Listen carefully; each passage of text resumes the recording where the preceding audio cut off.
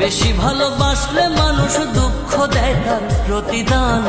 এই দুনিয়ার কিছু মানুষ স্বার্থপর বেঈমান, এই দুনিয়ার কিছু মানুষ স্বার্থপর বেঈমান। বেশি ভালোবাসলে মানুষ, বেশি ভালোবাসলে মানুষ দুঃখ দেয় তার প্রতিদান।